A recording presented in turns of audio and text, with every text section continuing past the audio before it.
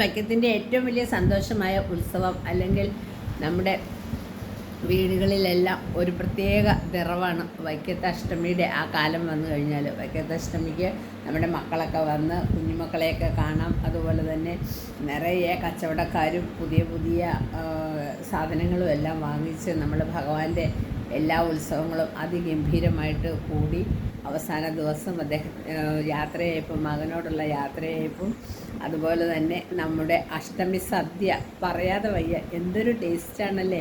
ഭഗവാൻ അന്ന് ഊട്ടുപുരയിൽ കയറി നമ്മുടെ പായസത്തിൽ ഇളക്കാനായിട്ട് വരുമെന്നാണ് ഒരു സങ്കല്പം പറയുന്നത്. അങ്ങനെ പലർക്കും അനുഭവപ്പെട്ടതായ കഥയും ഞാൻ കേട്ടിട്ടുണ്ട്.